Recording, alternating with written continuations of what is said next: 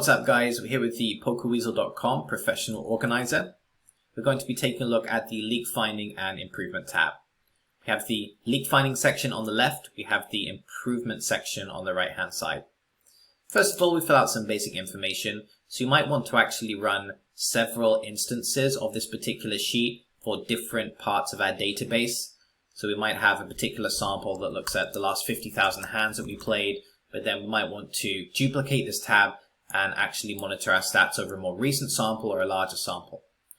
And also input date ranges. This is just some information to help us keep track of what particular data set we're looking at. Then we get into the leak finding part of this, where very simply we want to add in our stats along with the acceptable values. So one thing you might want to do before you create different instances of this particular tab might be a good idea to go through every single stat and decide what you think is going to be an acceptable upper and lower threshold for that particular stat value. So let's just fill out some as an example. If we take a stat like VPIP, well, generally if it's certainly lower than 18, then you're playing like a nit. You probably want to loosen up. So 18 is the absolute minimum for VPIP value. On the upper end of the spectrum, VPIP could potentially be as high as 30. Now we might decide that this is not really the kind of threshold we are targeting. We might decide, well, let's say it should be between 20 and 28. PFR, it's going to be somewhat similar but slightly lower than VPIP. So let's just take it down a few percent. Let's say we want this to be 17 at the lower end, and we want it to be something like 21 at the higher end or 22.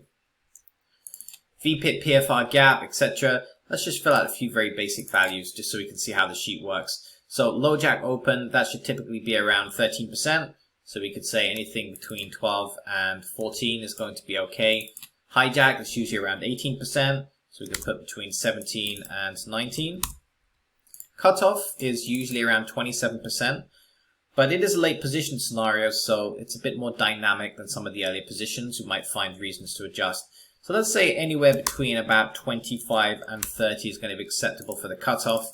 Button is by far the most dynamic of the positions.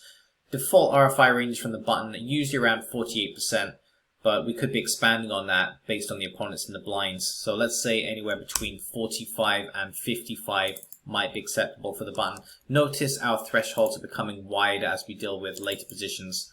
Small blind RFI could really be between 35 and 45, but actually if we're running into lots of players who are falling too much, this could be even higher. So let's put anywhere between 35 and 50 is fine. Now let's bring out some stats and we'll give an example of how we can leak find using our stats. So we've just taken a random player from the database. We're going to have a look at the values that we've set the thresholds for. So ideally you'll have done this for the whole sheet. We've just taken a few values as an example. So we can see that our VPIP is currently 24, so let's input that into the sheet. And it's going to change color based on whether it's acceptable. You can see the key here above. So if the stat frequency is within the upper and lower target, we're going to get this green color. But depending on how far outside and in which direction, we could get any of those other four colors. So we can see our VPIP's good. PFR, 19. Is that acceptable? Yes, it is. Let's now have a look at the open raise data. So we can see the raise first in stats by position there. We've got low jack 17, high jack 21. So we can see straight away that we're getting some different coloring here. If you just reference the grid, it's saying stat frequency is less than 5% outside the upper target. So it's saying it's too high, but it's less than 5%. So it's not a serious issue at the moment. That's why we have the background, this orange color. If it was even more than 5% outside the threshold, we're going to get that red color. So we can see this player needs to tighten up their open raises from the low jack and the high jack. Let's move on to the cutoff, 27%. That's well within acceptable thresholds. Button, 44. That's a little bit on the tight side. You can see that's less than 5% outside the lower target.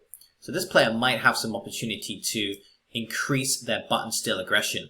Maybe they're missing spots to attack from the button when the blinds are falling too much, or maybe to open raise more speculative hands when there are recreational players in the blinds. Finally, let's have a look at small blind. 51, according to our stats there. So we know that's going to be slightly outside the upper threshold on that stat. The idea is to continue in this vein. We have most of the important stats here, so it'll give you an idea of what to check for. If you're not sure what some of these stats are, then you'll learn as you go along as well which stats are relevant, which stats professional players generally check as part of the database analysis. You can see all of these sections are expandable. So we have a wide range of different stats. And honestly, if you spent however many hours it's going to take to go through every single stat, decide what the lower and upper values are in terms of acceptable thresholds, input your current value, and see where you can make improvements, you are actually already going to be a much better player at the end of it. You'll certainly pick up experience in using your database to run leak finding on your strategy. Now let's think about the improvement part of the sheet. So let's imagine we haven't just entered these few rows here, but we've actually filled out the entire sheet. We'll have a number of areas that we need to work on. We can go over to the right hand side of the sheet and we can enter these areas. There are three main columns here. So there's the topic first of all, so we can actually delete what's here already. We are simply going to input our own areas here into this grid.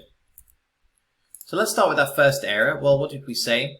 We said that as it happens, we are raising the low jack slightly too aggressively.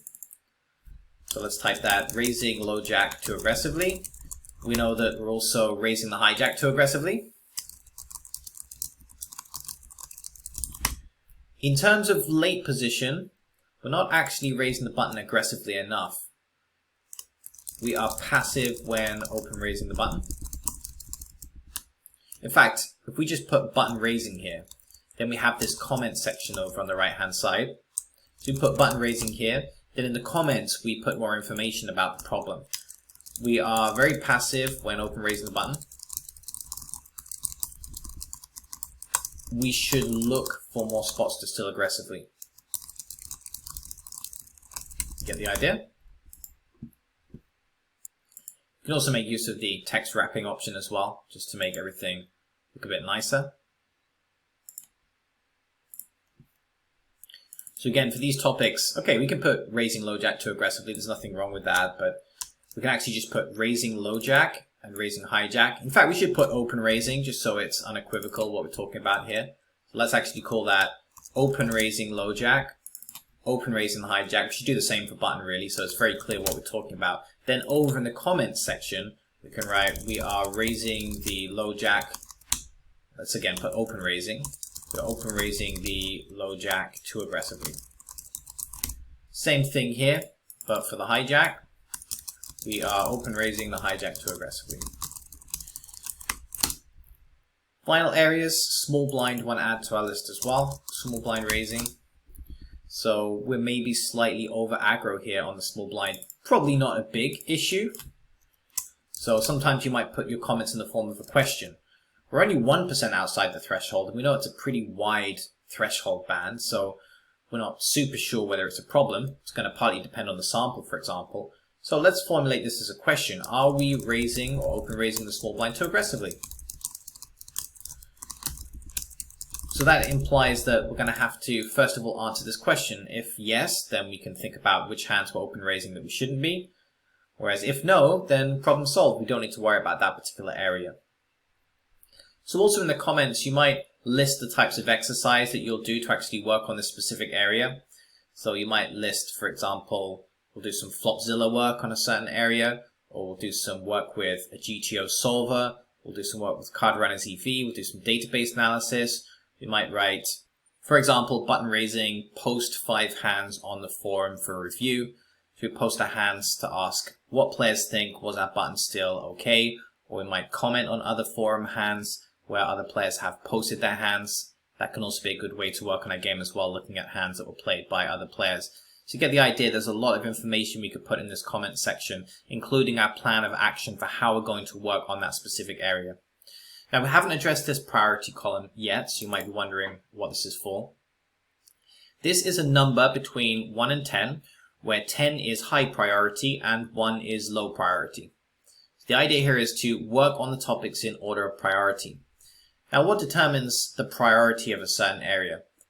Well, certainly to some extent, it's how bad the area is. If we are completely clueless in one area, we should probably give that a higher priority. But that's not the only thing that's important here. We want to think about the frequency with which a certain spot occurs. For example, if you had two weaknesses, one was playing on the button pre-flop and the other one was playing 6-bet pots out of position, well, we hardly ever play 6-bet pots out of position, so it wouldn't make sense to prioritize that. In fact, if you never worked on that area of the game, you could still be a very successful poker player.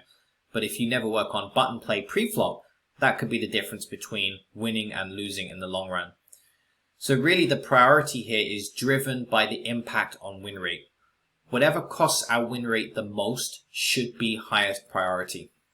Now looking at this list, I would guess that playing well on the button and playing well in the small blind is probably more important than playing well in the low jack and hijack. So with this particular list of areas, I'd maybe give the button an 8, small blind a 7, and certainly we want to fix these other areas. We want to fix our low jack and hijack play, but it's potentially less important and less impactful on our win rate. So make sure you think logically about this, assign the correct priorities. The next step is to sort the columns. So if we click on this sort option here, we can choose sort Z to A, so that's going to give us the highest priority areas first. So you can see it's put button raising at the top, then small blind raising, then open raising, the low jack and hijack are equivalent because they both have a priority of 5. Now, once we have our list here, the next step is understanding how we use this particular list. And the easiest way to understand is to list some of the pitfalls that can occur. So one of the pitfalls is trying to work on everything at once. So we just look at button raising, small blind raising, low jack and hijack raising all at the same time. That's not how the human brain learns effectively. In fact, the human brain needs a period of time on one specific area. By spending a period of time on that one specific area, you will make long-term upgrades to your understanding of the game. Sometimes players talk about a concept known as unconscious competence. It's this idea that you've learned a skill so thoroughly you could essentially perform that skill unconsciously or perhaps even in your sleep. Of course, we're not going to be playing poker while sleeping, so it's just an example. But the idea is we've learned a skill so thoroughly it comes easily to us. And it's not something that we're going to forget anytime soon. In fact, if you learn a skill to the level of unconscious competence, then in 2 years' time from now, you'll still be able to execute that skill without too much difficulty. It might feel a bit rusty, but the skill set will still be there. Now, at the other end of the spectrum, if you try and work on all of these areas at once, you won't reach this level of unconscious competence in any of the areas. You might improve at those areas. You might reach other stages of the adult learning model. For example, conscious competence, where you get it, but it takes a lot of effort to be able to execute. So for example, you've looked at the small blind raise first in ranges. You know what they are, but it's actually quite difficult to memorize them. You could just about remember the ranges if you think really hard. That's conscious competence. However, that's not going to stick with you. In 2 years, you won't remember any of it. In fact, there's a good chance that in 2 weeks you won't remember any of it because you'll have already moved on to a different topic before allowing that particular concept to reach the final stage of the adult learning model, which is unconscious competence. So you can see here the goal is to take one area at a time and take it all the way through the learning process to the point where we can perform that task effortlessly before moving on to the next topic. So how does that look in practice? Well, it means that we're going to be taking one area from the list. So whichever area is highest priority, in this case, button play is our highest priority, we should expect to spend a period of time on this one area before moving on to the second area. Now, as we work on that area, as we maybe use some of our various poker tools, or maybe read books, or watch videos, or go to the forums, we're going to find that other concepts crop up that we don't understand very well. For example, as we're looking at button raise first in strategies, we might realize that we're not really sure how to respond to a 3-bet from the blinds. So one of the pitfalls here is we could immediately start looking at material for how to defend against 3-bets after opening on the button. But guess what? We're now distracting ourselves from our initial objective, which is to take button raising all the way through the adult learning model.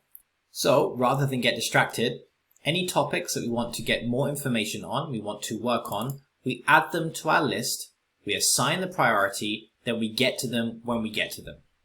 So we're working on button raising. We realize we want to have a look at defending versus 3-bets. In the comments, we might write here, especially after opening from the button. Then we're going to think about the priority of that particular activity. Let's say it's relatively high, but not as high as small blind raising. So we're going to give that a priority of 6. We can then sort our list Z to A. We'll now get to that after we've dealt with button raising. Now, after we've finished a particular area, and by the way, we don't just want to work with tools here, we want to think about how we can integrate our training as part of a poker session. So I'll give you a quick example of button raising. We can design a set of filters using our tracker that filter for spots where we should open raise the button. We can then combine that with a filter that says we didn't open raise the button. So at the end of the session, we run the filter, we see all of the spots where we should have open raised the button, but we open folded instead. So although our objective is to play poker and hopefully make money, each individual session can have some sort of theme. So the theme for one session could be button raising. At the beginning of the session, we have a warm-up exercise where we go through the button RFI ranges. We play our session all the time focusing on button RFI decisions, so we're paying special attention to spots when we should be open raising the button. At the end of the session, we perhaps run a filter.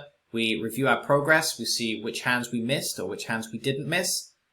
Then we take that on board for the next session, which could also be based around button RFI strategies. So you can see we're not just playing poker. Every single session can have some type of focus, and we're paying special attention to that area in the session when it crops up. That way, even when we're actually playing poker at the tables, we're improving as players, so we get better after every session that we play. Now let's assume that we've finished with this particular area. You have a few different options. You can, of course, add more rows to this list. So I imagine most lists will have at least 10 areas, maybe more. So you'll want to add some rows here to this list. Once you finish with an area, you have two options. You can either reassign the priority. So if you think that it might be worth revisiting the area quite soon, you can just lower the priority and get to it when you get to it. Or you can give it a priority of 0 to say the area has been worked on. So you can see all of the historical areas that you worked on at the bottom of the list. Or if you are really confident that you're done with that area, you can just delete it from the list. And that's going to make room for the topics that you are currently working on. Alright, so that's pretty much it for the leak finding and improvement tutorial. Thanks for watching, guys. Hopefully you found it helpful. Remember, you can pick up your copy of The Organizer at www.pokerweasel.com.